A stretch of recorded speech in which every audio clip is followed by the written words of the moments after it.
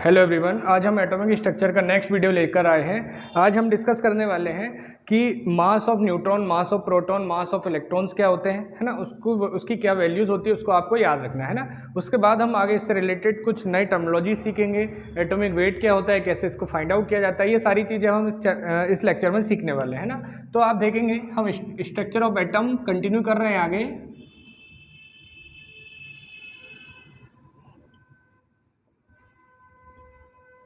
Structure of atom तो एक छोटे से टेबल के थ्रू मैं आपको सिखाने की कोशिश कर रहा हूं।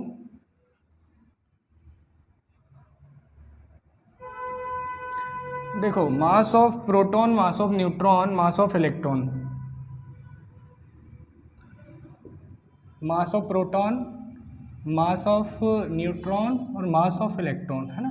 तो बच्चे आप याद रखेंगे, जो मास ऑफ प्रोटॉन होता है वो होता है 1.6 इंटू 10⁻⁻27 किलोग्राम, है ना। 1.6 इंटू 10⁻⁻27 किलोग्राम, है ना। क्या होता है 1.6 इंटू 10⁻⁻27 किलोग्राम, ठीक है। ये किलोग्राम में है ना। मास ऑफ न्यूट्रॉन भी लगभग सेम होता है। देखो 1.675 पॉइंट के बाद बहुत छोटा सा डिफरेंस होता है, तो एग्जैक्ट वो सारी वैल्यू उतनी चाहो तो उतनी ज़्यादा डिटेल में याद करने की जरूरत है नहीं आपको, है ना। तो चाहो तो आप फिर भी देख लो, तो इसको एग्जैक्ट लिखोगे 1.672 इंटू 10⁻⁻27 किलोग्राम, है ना। और यहाँ पर क्या चेंज आएगा, 1.675 आ जाएगा इंटू 10⁻⁻27 किलोग्राम। देखो ऑलमोस्ट बराबर ही है, देखो कोई बहुत ज़्यादा चेंजेस है नहीं। यहाँ 2 और 5 में थोड़ा सा चेंजेस है बस, है ना।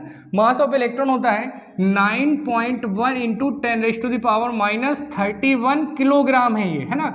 और 1 किलोग्राम में यदि ग्राम देखेंगे तो 1 किलोग्राम में 1000 ग्राम होते हैं, तो 10⁻³ से मल्टीप्लाई कर दोगे तो वो ग्राम में आ जाएगा, है ना। तो देखो ये ग्राम में कैसे निकलेगा, 1.6 इंटू 10⁻⁻27 मल्टीप्लाई बाई 10⁻³ तो क्या हो गया 1.6 इंटू 10⁻⁻27 में चाहिएगा तो कितना 24 ग्राम, ये ग्राम में हो गया, है ना।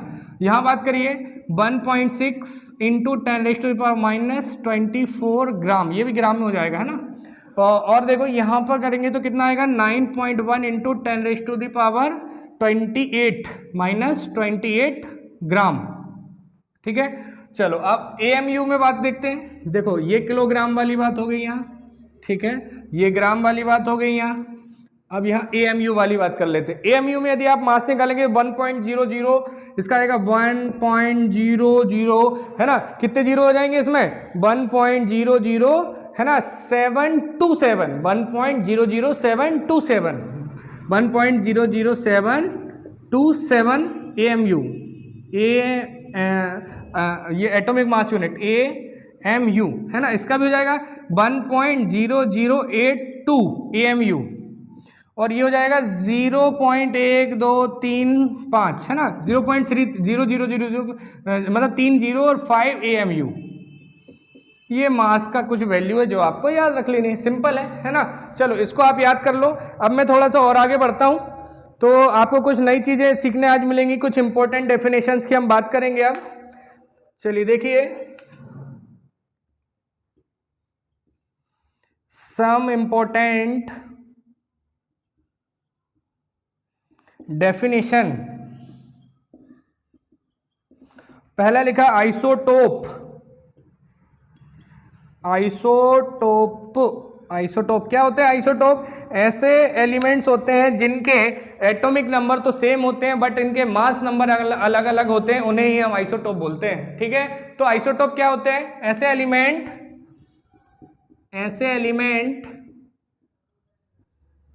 जिनके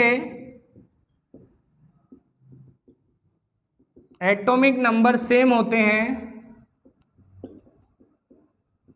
लेकिन मास नंबर अलग अलग होते हैं, या एटॉमिक मास अलग अलग होता है लेकिन एटॉमिक मास अलग अलग होता है ना, क्या आइसोटोप कहलाते हैं।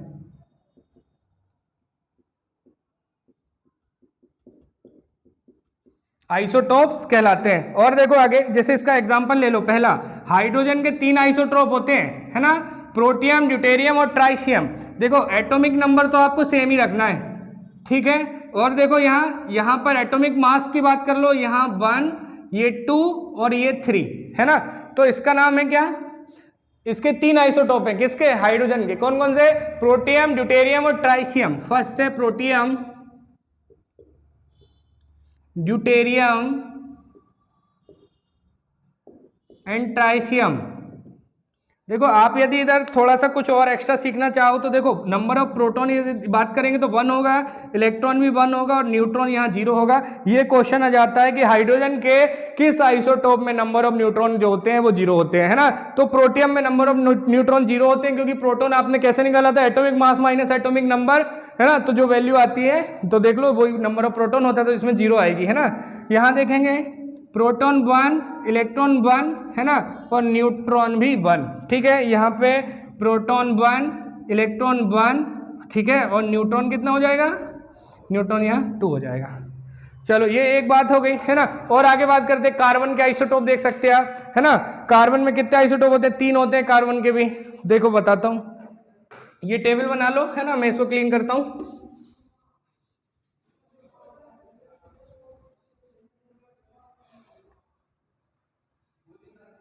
देखो कार्बन के जो आइसोटोप होते हैं वो 3 होते हैं, है ना।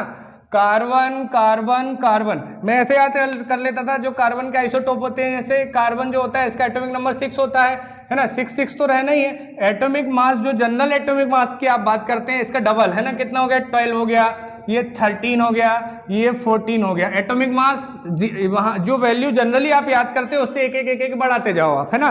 नंबर ऑफ प्रोटॉन की बात करो, न्यूट्रॉन देखो अलग अलग है ना। आइसोटोप में क्या क्या अलग है, न्यूट्रॉन यहाँ देखो अलग दिखाई दे रहा है आपको। नंबर ऑफ प्रोटॉन तो सेम है, क्योंकि एटॉमिक नंबर तो लगभग सेम ही है ना सबका, लगभग क्या मतलब सेम ही है सबका, है ना।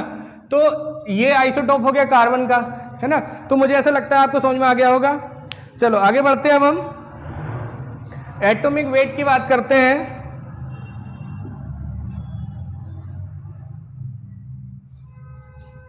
देखो मैंने थोड़ी देर पहले मास नंबर पढ़ाया था, अब मैं आपको एटॉमिक वेट सिखा रहा हूं, है ना।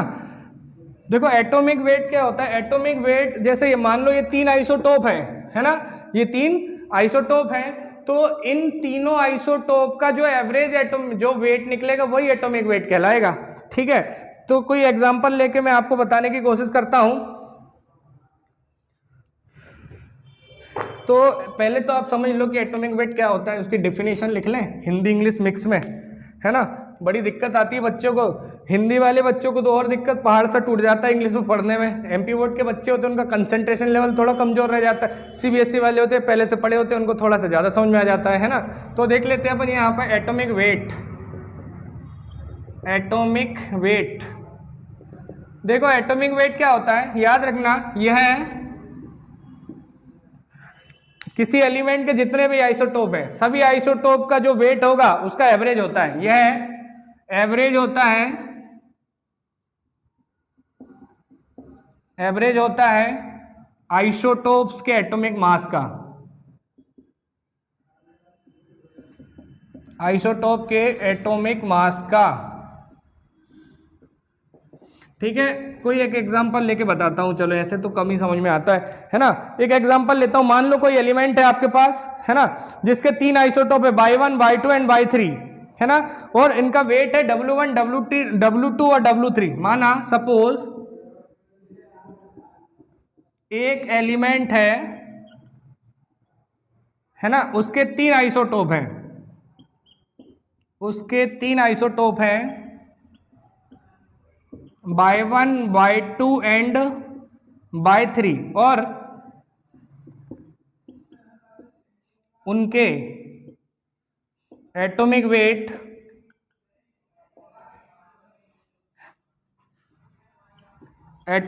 है W1 W2 एंड W3, है ना।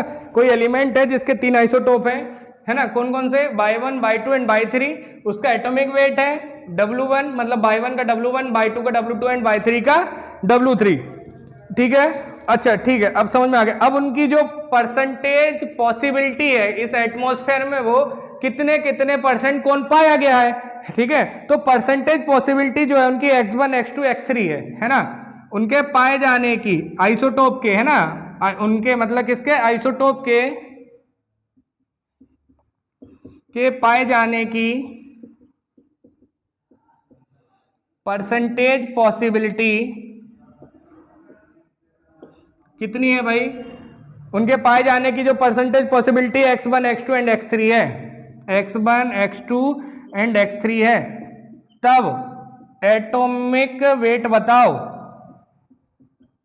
तब एटॉमिक वेट बताओ। तो भाई बहुत सिंपल है, आप कैसे निकालोगे, एवरेज एटॉमिक वेट बराबर, लिख लो एवरेज एटॉमिक वेट बराबर हो जाएगा, देखो एवरेज एटॉमिक वेट बराबर क्या हो जाएगा, देखो इनका जो वेट दिया है और उनकी कितने वो पाए गए हैं, है ना, तो W1 x1 plus W2 x2 plus W3 x3 upon है ना, देखो किससे मल्टीप्लाई किया आपने, W1 मतलब उसके वेट से, है ना, और वो कितना पाया गया, वेट से करा और वो कितना पाया गया है ना, इस तरह से इनको निकालना, प्लस अपॉन कर देना x1 plus x2 plus x3, जितना भी आएगा वही जो होगा एवरेज एटॉमिक वेट होगा, है ना।